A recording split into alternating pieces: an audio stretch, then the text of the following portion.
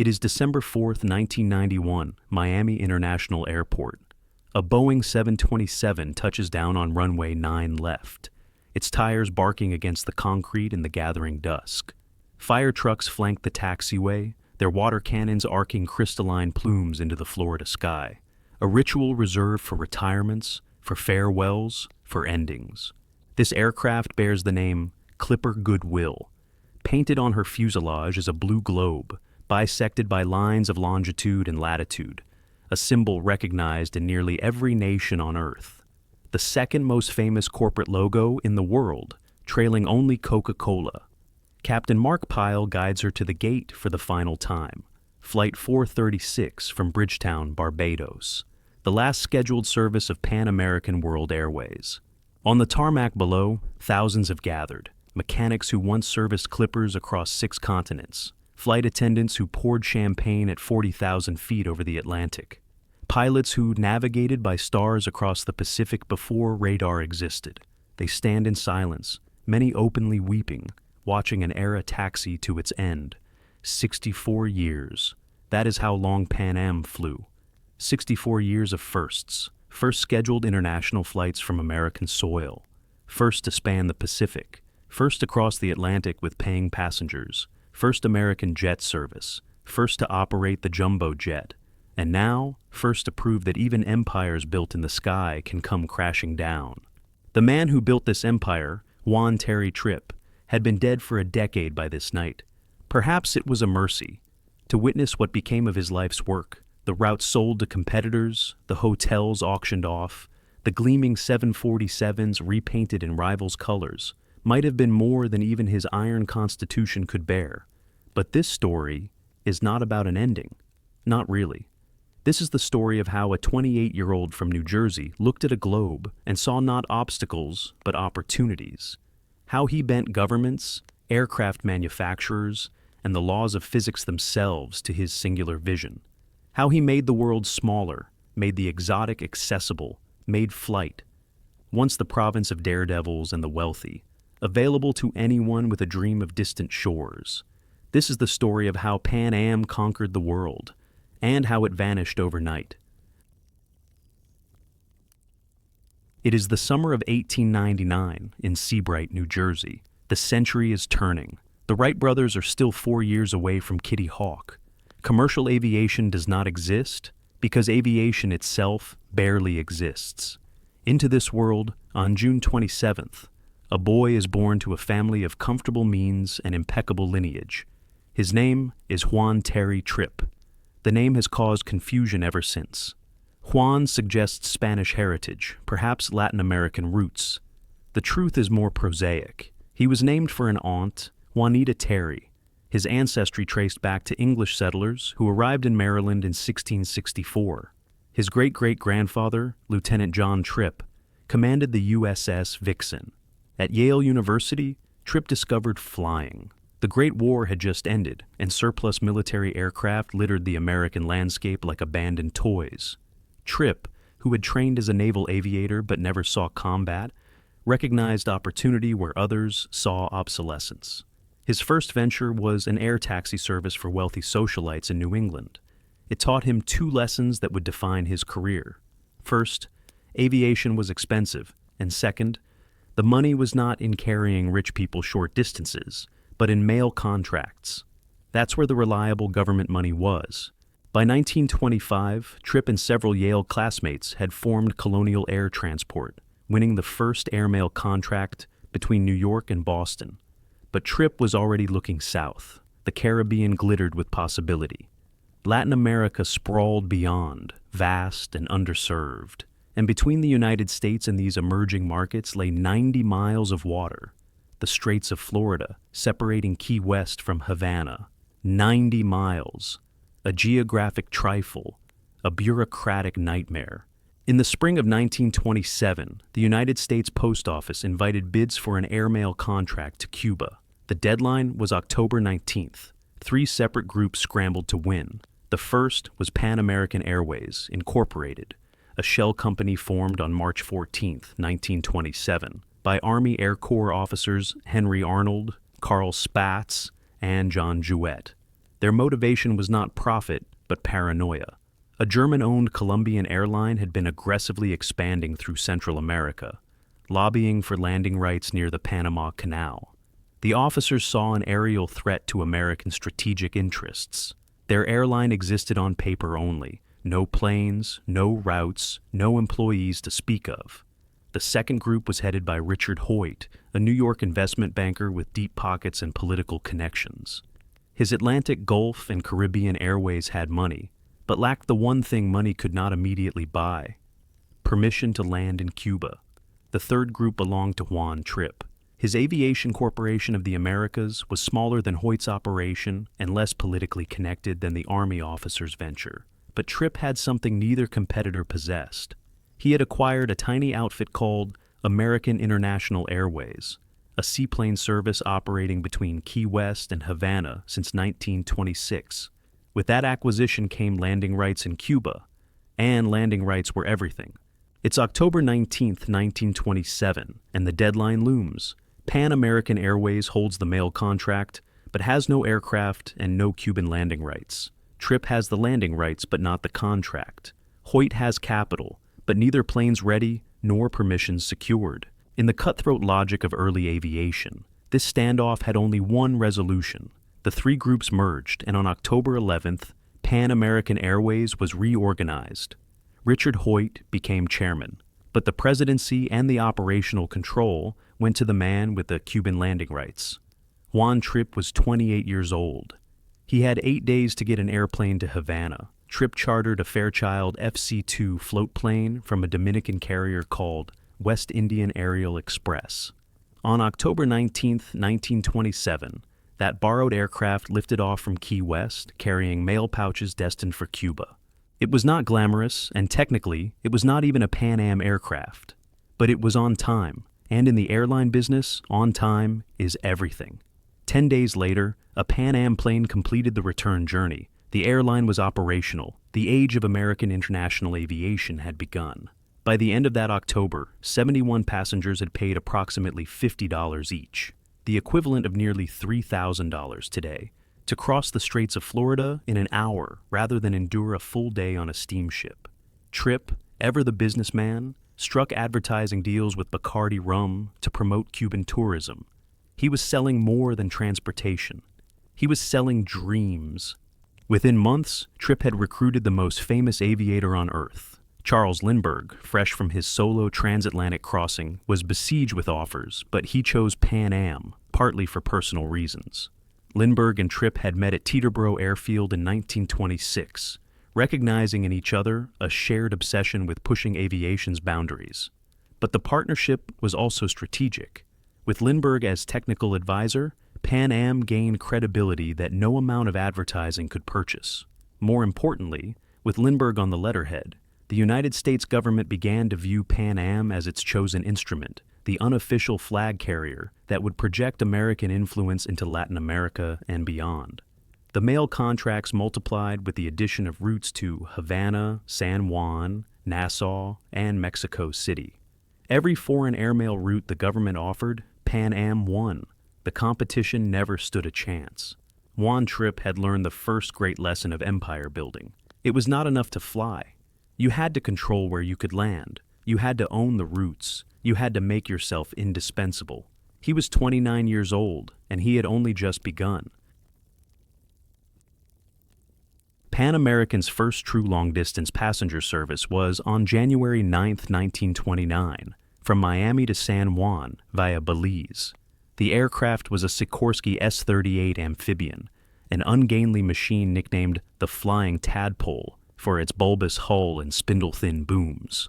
It could carry 8 passengers in modest discomfort across waters that had swallowed ships for centuries. The fare was exorbitant, and the journey was exhausting. The aircraft was loud, cold, and possessed a worrying tendency to leak. And yet, passengers lined up to fly. They were not buying transportation. The steamship lines offered that, cheaper and arguably safer. What Pan Am sold was the future, the intoxicating sensation of racing above the waves, of compressing days into hours, of arriving in exotic ports while the sea travelers were still watching the coastline recede. Trippe understood this instinctively. From the beginning, he insisted on standards that seemed absurd for an industry measured in months rather than decades. Elite pilots were selected from naval aviators and Army Air Corps veterans. Uniforms were immaculate and procedures were standardized. The word Clipper was affixed to every aircraft, invoking the great sailing ships that had once dominated these same trade routes. Pan American was not merely an airline, it was a statement of intent. Into the 1930s, Trippe expanded relentlessly. He acquired struggling carriers throughout Central and South America, absorbing their routes and equipment.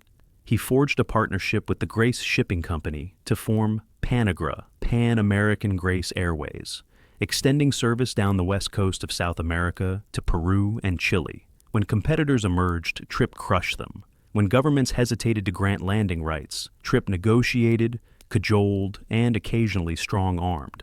When the terrain itself seemed impassable, like the jungles of Central America, or the Andes Mountains, or the vast emptiness of the Amazon basin, Trippe sent survey teams to find a way. The infrastructure he built was staggering in scope: airfields carved from jungle, weather stations on remote coastlines, radio navigation beacons to guide pilots through storms. Pan Am was not waiting for governments to provide the framework for aviation. It was building that framework itself, mile by mile, across an entire hemisphere. By 1930, 3 years after its founding, Pan American was the largest air transport company in the world. Its route network spanned more miles than any competitor. Its technical standards were unmatched. Its pilots were the best trained, its equipment the most advanced, its safety record was remarkably clean. In an era when aviation accidents were grimly routine, Trippe had conquered the Caribbean. He had established American dominance over Latin American aviation. But when he looked at his globe, a fixture in his office that would become legendary, he did not see a completed empire. He saw unconquered oceans. The Pacific sprawled westward, 8,000 miles of open water separating San Francisco from the ports of Asia. The Atlantic stretched east, 3,000 miles between New York and the capitals of Europe. No airline had bridged these gaps. No aircraft existed that could. Juan Trippe intended to change both of those facts. The Pacific Ocean covers more than 60 million square miles. It is larger than all the Earth's land masses combined. In 1935, it remained the last great barrier to global aviation. Juan Trippe studied his globe with the intensity of a general planning an invasion. From San Francisco to Manila stretched 8,000 miles of water, punctuated by specks of land so small they barely registered on most maps, like Hawaii, Midway, Wake Island, Guam. These were the stepping stones. These were how he would conquer the Pacific. The plan was audacious, bordering on lunatic. Aircraft would island hop across the ocean, refueling at each stop, carrying mail and eventually passengers to the Far East. The journey would take nearly a week. The logistics were nightmarish. Two of the critical stops, Midway and Wake Island, had no facilities whatsoever.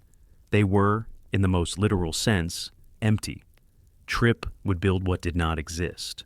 In early 1935, the 15,000-ton steamer North Haven departed San Francisco's Pier 22, loaded with materials for an unprecedented construction project.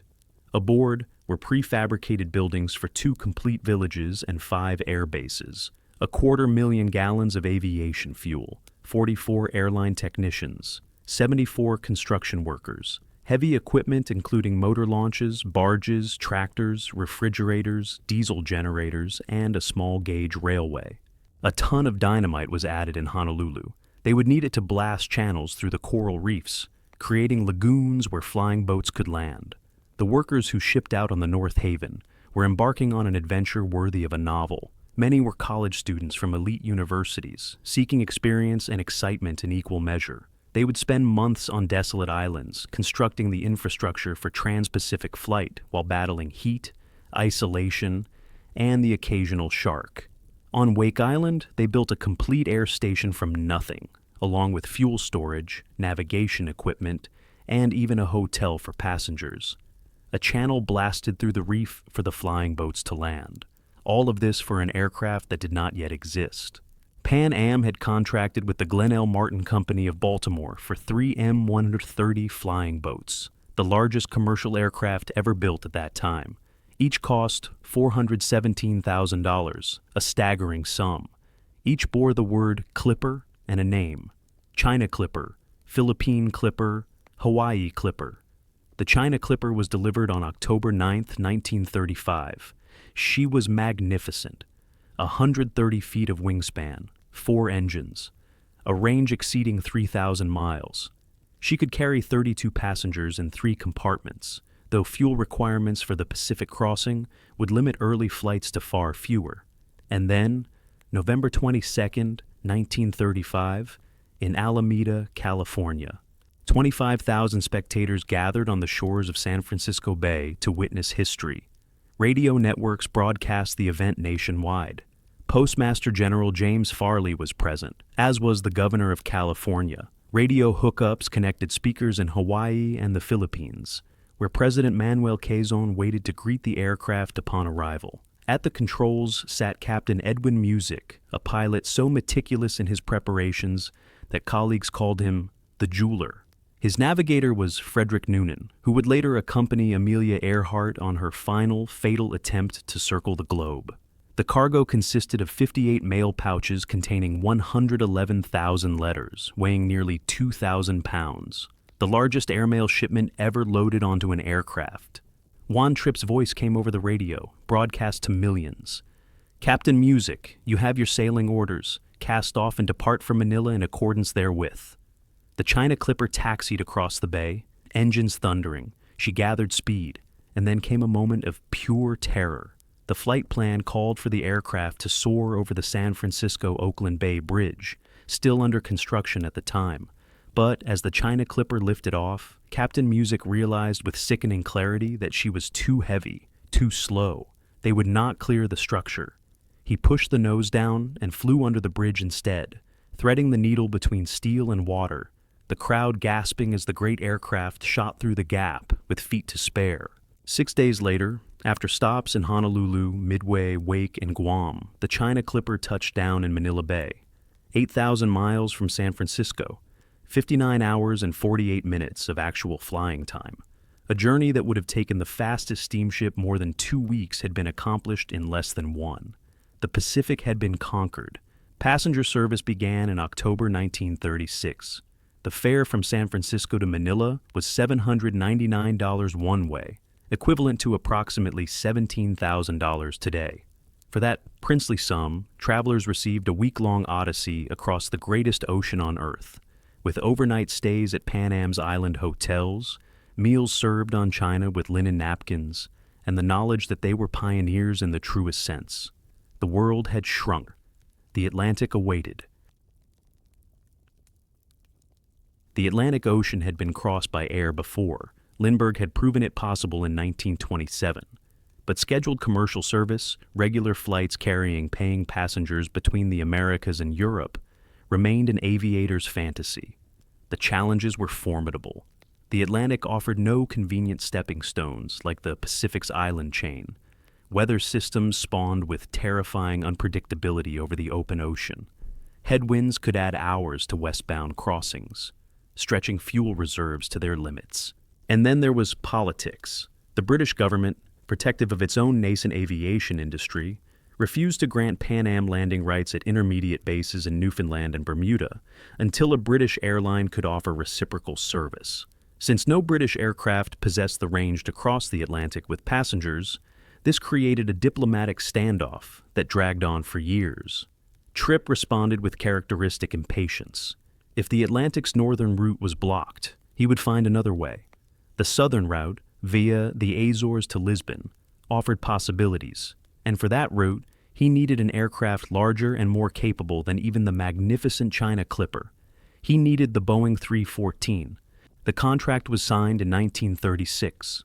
Boeing would deliver 6 of the largest flying boats ever constructed, with an option for 6 more. The price was roughly $1 million per aircraft, unprecedented for commercial aviation. The Boeing 314 was a colossus, 106 feet long, a wingspan of 152 feet, 4 engines generating 1,400 horsepower each, a maximum range of 3,500 miles, and accommodations that would never be matched in commercial aviation before or since. The passenger compartments were arranged like the staterooms of an ocean liner, separate dressing rooms for men and women, a dining room with white-jacketed stewards serving 5-course meals on gleaming silver service, seats that converted into 36 sleeping berths for overnight flights, a deluxe compartment in the tail section, the bridal suite. A round-trip ticket from New York to Southampton cost $675, equivalent to $15,000 today. For that sum, passengers did not merely fly, they experienced aviation as art, as theater, as the pinnacle of human achievement. On March 3, 1939, First Lady Eleanor Roosevelt christened the first Boeing 314, the Yankee Clipper, at the Naval Air Station in Anacostia.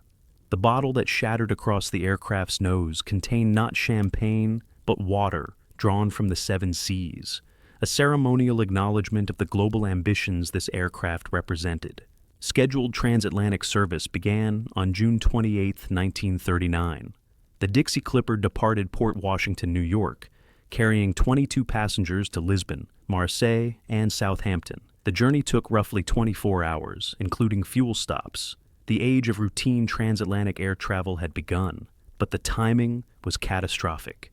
2 months later, on September 1, 1939, German forces invaded Poland.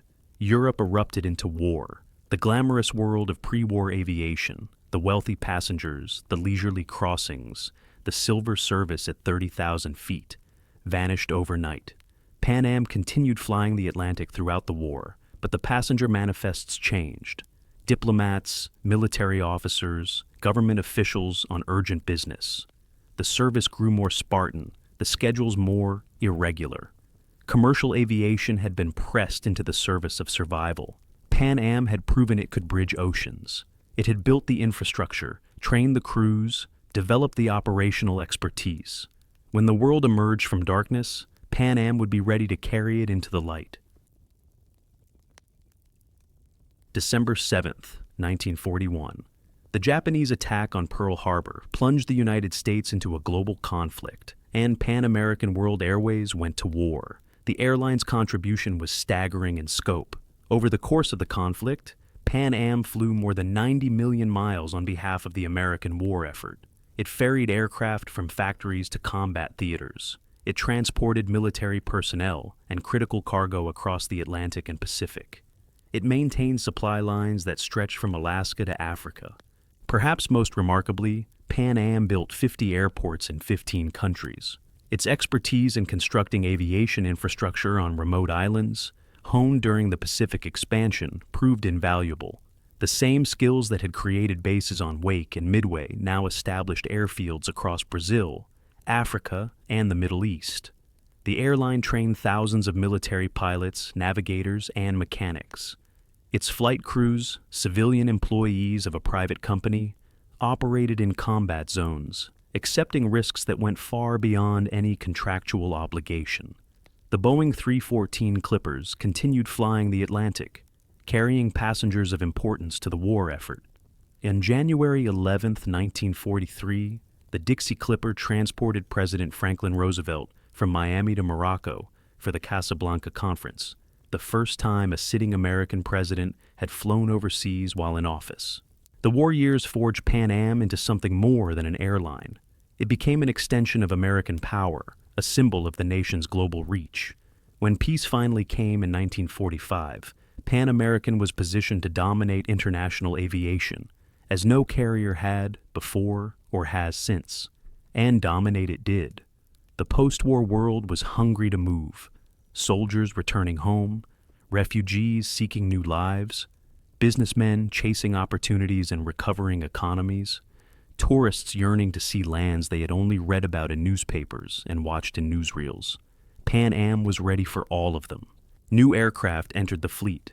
The Lockheed Constellation, with its distinctive triple tail and pressurized cabin, offered speed and comfort that made the pre-war flying boats seem like relics. The Boeing 377 Stratocruiser, with its lower-deck lounge accessible by spiral staircase, brought unprecedented luxury to long-haul travel. In June 1947, Pan Am inaugurated the first scheduled round-the-world service.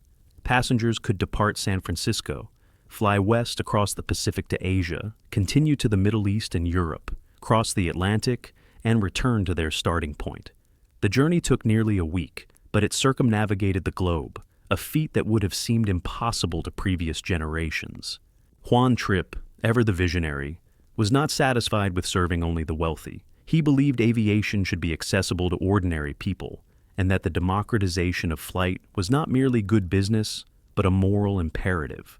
In the late 1940s, he launched a campaign that horrified his competitors. Tourist-class fares, reduced prices that would open transatlantic travel to the middle class. The established airlines, operating under price-fixing agreements through the International Air Transport Association, resisted furiously. Great Britain actually closed its airports to Pan Am flights carrying tourist-class passengers. The industry cartel viewed Trippe's cheap fares as an existential threat. Trippe pressed on. By 1952, his relentless pressure had forced acceptance of the tourist class across the industry. The round-trip fare from New York to London dropped to $275, less than half the previous rate. Air travel was no longer the exclusive province of the wealthy. It was becoming something approaching a right, a reasonable aspiration for anyone with a passport and a dream. The Intercontinental Hotels subsidiary, founded in 1946 at the suggestion of President Roosevelt, expanded alongside the airline. Wherever Pan Am flew, an Intercontinental Hotel soon followed, ensuring that travelers would find familiar standards of comfort at the end of their journeys. By the mid-1950s, Pan American World Airways had become exactly what Juan Trippe had always envisioned: the premier international airline, the unofficial flag carrier of the United States, a symbol of American technological prowess and global ambition. The route network spanned 6 continents. The fleet was the most modern in the world.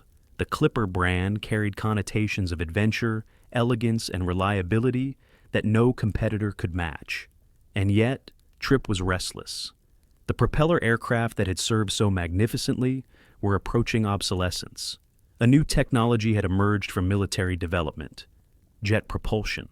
And whoever mastered jet aviation would control the industry's future. Juan Trippe intended to be first. Unfortunately for Trippe, the British got there first. In 1952, the de Havilland Comet entered commercial service, the world's first jet airliner. Sleek, fast, revolutionary, it promised to transform aviation as completely as the original Wright Flyer had 50 years before. Then the Comet started falling from the sky. Metal fatigue around the aircraft's square windows caused catastrophic structural failures.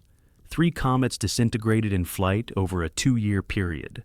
The fleet was grounded. The British aviation industry's lead evaporated overnight. Juan Trippe had considered purchasing Comets for Pan Am. The accidents vindicated his caution, but they also created an opening. The jet age would come. The technology was too transformative to abandon. The only question was who would lead it. In October 1955, Trippe made a decision that would reshape commercial aviation. He ordered 20 Boeing 707s and 25 Douglas DC-8s. The combined order was valued at $269 million, the largest commercial aircraft purchase in history. The strategy was vintage Trippe. By ordering from both manufacturers, he ensured that neither would neglect his requirements. By committing to enormous quantities, he secured early delivery slots and customization privileges. And by moving before any competitor, he guaranteed that Pan Am would introduce jet service to America. But Trippe demanded modifications. The Boeing 707, as originally designed, seated 5 across, 2 seats on one side of the aisle, 3 on the other. Trippe insisted on 6 across. Douglas was already planning 6 across seating for the DC-8. Boeing, faced with losing Pan Am's order, agreed to widen the fuselage. That 12-inch expansion would define narrow-body aircraft for the next 70 years. August 15, 1958, Boeing delivered the first 707 to Pan American. The aircraft was christened Clipper America at a ceremony attended by President Eisenhower himself. October 26, 1958, New York's Idlewild Airport. A military band played as 111 passengers boarded the Boeing 707 Clipper America for the first scheduled American jet service. Their destination? Paris. The aircraft's commander, a crew that included pilots trained on propeller aircraft who were now steering humanity into a new era. The flight took 8 hours, including a refueling stop in Newfoundland. The fastest propeller aircraft required nearly twice as long. The passengers arrived not exhausted, but exhilarated, having traveled in a pressurized cabin high above the turbulent weather that plagued lower altitude flights. The impact was immediate and transformative. Within 12 months, Pan Am operated 50 international jet flights weekly. The propeller fleets of the great airlines suddenly seemed antique, relics of a slower age. Competitors scrambled to order their own jets, but Pan Am had secured the first delivery slots. For more than a year, American jet aviation meant Pan Am. The term jet set entered the lexicon, describing the glamorous international travelers who hopped between capitals with casual frequency. Paris for lunch, London for dinner. The world had compressed into a playground for those who could afford the fare. But Trippe was already planning the next revolution. In 1965, he approached his friend William Allen, president of Boeing, with an audacious request. He wanted an aircraft 2.5 times the size of the 707, something that could carry 400 passengers, something that would reduce per-seat costs by 30%, and make international travel accessible to virtually everyone. Allen thought Trippe was mad. The technical challenges were immense. Boeing would need to construct an entirely new factory to build such an aircraft. The existing facilities were simply too small. Trippe persisted. He believed that airport congestion would become unmanageable unless aircraft grew larger. He believed that supersonic transports, then under development, would eventually replace conventional jets on premium routes, and that the jumbo aircraft would remain profitable for cargo, even if passenger demand declined. On April 13, 1966, on Boeing's 50th anniversary, Juan Trippe signed a contract for 25 aircraft designated the Boeing 747. The price, $525 million. The largest single order in aviation history, again. The gamble nearly destroyed both companies. Boeing constructed a new manufacturing facility at Payne Field in Everett, Washington, the largest building by volume in the world. Development costs spiraled. The aircraft's Pratt & Whitney engines proved troublesome, requiring extensive redesign. By the time the first 747 was ready, Boeing's debt exceeded $2 billion. Pan Am, meanwhile, was financing an enormous fleet expansion while global economic conditions deteriorated. The company that had seemed invincible was stretching itself dangerously thin. September 30th, 1968. The first Boeing 747 rolled out of the Everett factory. The dimensions defied comprehension. 231 feet long, a wingspan of 195 feet, a tail as tall as a 6-story building. On January 15, 1970, First Lady Pat Nixon christened the Pan Am 747 Clipper Young America at Washington Dulles International Airport. The ceremony was subdued compared to the grand events of earlier decades, a reflection perhaps of the uncertain times. January 22, 1970, New York to London. The inaugural commercial service was scheduled for the previous evening, but had been delayed when engine problems grounded the christened aircraft. A substitute 747, Clipper Victor, carried 335 passengers and 20 crew members across the Atlantic, the most people ever to fly on a commercial aircraft. The jumbo jet age had begun. The 747 transformed air travel as completely as Trippe had predicted. Ticket prices fell, passenger numbers soared. Routes that had been marginally profitable with smaller aircraft became gold mines with the 747's economies of scale. Pan Am operated 65 747s during the type's tenure with the airline. The aircraft became synonymous with the Pan Am brand, the blue globe logo appearing on the massive fuselage, visible from miles away as the great jets descended into airports around the world. But even as the 747 was revolutionizing aviation, the forces that would destroy Pan American World Airways were already gathering. Juan Trippe stepped down as president of Pan Am in 1968 at age 68. He continued attending board meetings, maintained an office in the Pan Am building, watched from a distance as the airline he had built from nothing navigated increasingly treacherous skies. He died on April 3rd, 1981. He did not live to see the final destruction of his life's work. Perhaps in the end, that was a mercy. The unraveling began slowly, then accelerated with sickening speed. Pan Am had always operated under a peculiar handicap. While competitors like American, United, and TWA built integrated networks combining international and domestic routes, Pan Am was restricted almost entirely to international service. The Civil Aeronautics Board, which regulated American aviation from the 1930s onward, repeatedly denied the airline permission to operate within the United States. The logic was ostensibly about preventing monopoly. Pan Am's dominance of international routes was balanced by its exclusion from the domestic market. But the practical effect was devastating. Passengers flying from, say, Dallas to Paris had to book separate tickets on separate airlines, changing carriers at the international gateway. Competitors with integrated networks fly from Dallas to New York on our domestic service, then continue to Paris on the same airline, offered seamless convenience that Pan Am could not match. For decades, Pan Am's overwhelming advantages in international service compensated for this handicap. The brand prestige, the superior aircraft, the global route network, the legendary service standards. Then came 1973. The Organization of Arab Petroleum. Exporting countries proclaimed an oil embargo in response to American support for Israel during the Yom Kippur War. Fuel prices quadrupled almost overnight. Airlines that had planned their economics around cheap jet fuel suddenly faced cost structures that made many routes unprofitable. Pan Am, with its aging fleet of fuel-thirsty aircraft and its heavy dependence on long-haul international routes, was particularly vulnerable. The airline that had once accumulated cash reserves exceeding $1 billion began hemorrhaging money. Then came 1978. President Jimmy Carter signed the Airline Deregulation Act, fundamentally transforming American aviation. For 50 years, the government had controlled which airlines could fly, which routes at what prices. Deregulation ended that system. Airlines were suddenly free to enter any market, charge any fare, compete without restriction. For nimble, low-cost operators, deregulation was liberation. Southwest Airlines, founded in 1967 as a small Texas carrier, would eventually grow into one of the world's largest airlines by exploiting the freedoms deregulation provided. For Pan Am, deregulation was a death sentence. The airline's cost structure was built for regulated competition. High salaries, generous benefits, elaborate service standards that made sense when fares were fixed by government decree.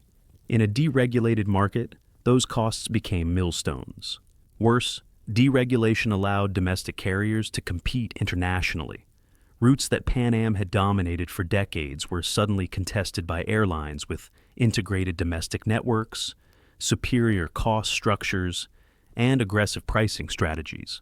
Pan Am's management recognized the threat. Under President William Sewell, the airline sought to acquire a domestic carrier that could provide the network it had always lacked. The target was National Airlines, a Miami-based operator with roots throughout the Sun Belt, and a small but profitable transatlantic service. The acquisition became a bidding war. Texas International Airlines, controlled by the ruthless Frank Lorenzo, drove up National's stock price. Eastern Airlines entered the fray. When the dust settled in January 1980, Pan Am had won, but at a cost of $437 million for an airline worth perhaps half that amount. The National merger was a catastrophe. The two airlines had incompatible corporate cultures. Pan Am crews, accustomed to the white-glove traditions, clashed with National's more casual approach. Fleet integration proved nightmarishly complex. Aside from Boeing 727s, the airlines operated entirely different aircraft types. To harmonize the workforce, Pan Am agreed to raise National employees' salaries to Pan Am levels. Routes that had been profitable under National's lower cost structure became loss-makers overnight, and National's route network, concentrated in the south and along the transcontinental corridors, provided inadequate feed for Pan Am's major international gateways in New York and Los Angeles. The money hemorrhaged. By 1981, Pan Am was forced to sell its profitable Intercontinental Hotels subsidiary for $500 million, a lifeline that provided temporary relief but stripped away a valuable asset. By 1985, the airline was so desperate that President C. Edward Acker sold the entire Pacific Division, 25% of Pan Am's route network, including the Tokyo hub that Juan Trippe had worked 40 years to establish, to United Airlines for $750 million. Pan Am was cannibalizing itself to survive. And then came Lockerbie, December 21st, 1988. A Boeing 747 named Clipper Maid of the Seas, bound from London to New York. 38 minutes after takeoff, at 31,000 feet over Scotland, a bomb concealed in a radio cassette player detonated in the forward cargo hold. The aircraft broke apart. 259 passengers and crew died instantly. 11 residents of the town of Lockerbie perished as flaming wreckage fell onto their homes.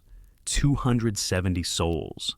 The deadliest terrorist attack in British history. Among the dead were 35 students from Syracuse University, returning home from a semester abroad. Their deaths devastated a campus, destroyed families, left wounds that would never fully heal. The investigation revealed security failures that seemed almost incomprehensible. A warning about a possible bomb threat had reached Pan Am, but was not acted upon effectively. Baggage screening procedures had gaps that the terrorists exploited. Pan Am faced $300 million in lawsuits. The Federal Aviation Administration imposed multiple fines for security violations. The airline's reputation, built over 60 years of safety and reliability, collapsed overnight. Passenger bookings plummeted. International travelers, particularly Americans, abandoned Pan Am for a competitors perceived as safer. The airline's financial position, already precarious, became critical. The final years were a death spiral. In September 1990, Pan Am sold its London Heathrow routes and German operations for $1.2 billion. The sale stripped away the crown jewels of the airline's transatlantic network. The Pan Am that remained was a shadow: Caribbean routes, Latin American service, a shuttle operation in the Northeast Corridor. On January 8, 1991, Pan American World Airways filed for bankruptcy protection. Delta Airlines emerged as the White Knight. It purchased Pan Am's remaining European routes, its shuttle service, 45 aircraft, and the legendary Worldport Terminal at John F. Kennedy International Airport for $416 million. Delta also invested $100 million in a reorganized, smaller Pan Am that would serve the Caribbean and Latin America from Miami.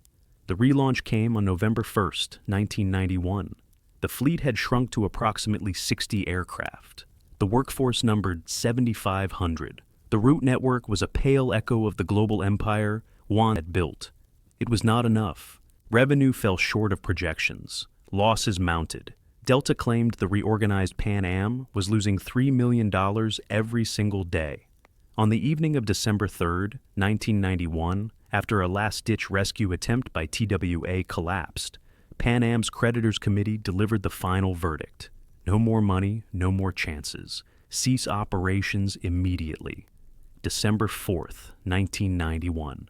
Captain Mark Pyle guided Clipper Goodwill to Miami from Barbados, the final scheduled service of an airline that had pioneered international aviation, that had bridged oceans, that had made the world smaller. Fire trucks saluted with water cannons. Thousands of employees gathered, weeping, to watch the last aircraft taxi to its gate. 7,500 people lost their jobs that night. A company worth billions disappeared from the American economy. The Blue Globe logo, recognized in virtually every nation on Earth, would never again adorn the tail of a flying aircraft. Pan American World Airways was dead.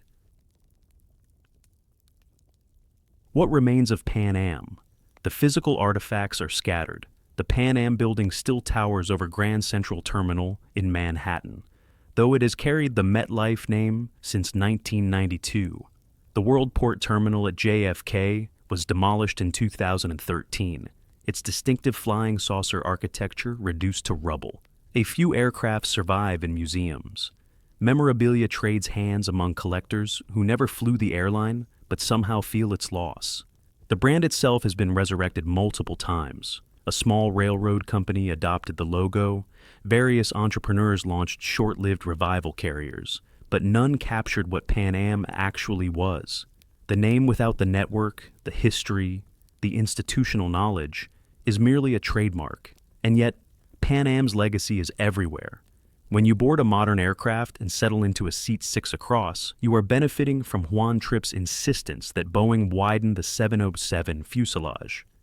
When your flight operates with standardized safety procedures and professionally trained crews, you are experiencing standards that Pan Am pioneered in the 1930s.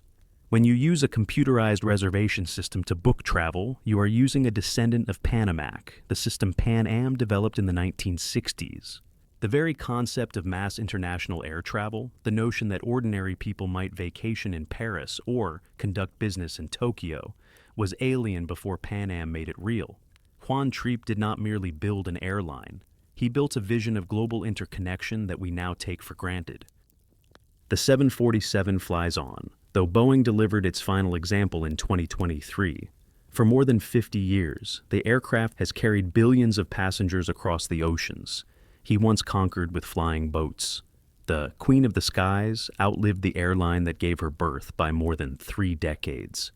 Intercontinental Hotels still operates in cities around the world, a reminder that Trippe's vision extended beyond aviation to the entire ecosystem of global travel. What killed Pan Am? The easy answers are the ones recited in business schools. Deregulation exposed structural weaknesses. The national merger was a costly mistake. Lockerbie dealt a blow from which the airline never recovered. Management failed to adapt to changing competitive conditions. All true, but perhaps incomplete. Pan Am was built for a world that no longer existed by the time it died.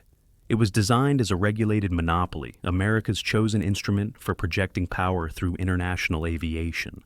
When that role evaporated, when deregulation allowed any carrier to fly any route, when the government no longer needed a single champion, Pan Am's advantages became liabilities. The high costs that once supported premium service became competitive handicaps. The global infrastructure that had represented unassailable strength became an expensive burden when competitors could cherry-pick only the profitable routes. The very prestige of the brand, earned through decades of leadership, counted for nothing against rivals offering lower fares. Juan built Pan Am to conquer the world. He succeeded beyond what anyone could have imagined when that first Fairchild floatplane lifted off from Key West in 1927. He created an airline that represented the best of American ambition, ingenuity, and optimism. But empires fall. They always do. The world changes, and institutions that seemed eternal prove as mortal as the visionaries who built them. On December 4th, 1991, the final Clipper came home. The fire trucks sprayed their farewell. The employees wept. The blue globe disappeared from the sky. Pan Am had conquered the world, and then, overnight, it was gone. But the world it built, the smaller world, the connected world, the world where anyone can fly anywhere, that world endures, and that perhaps is legacy enough.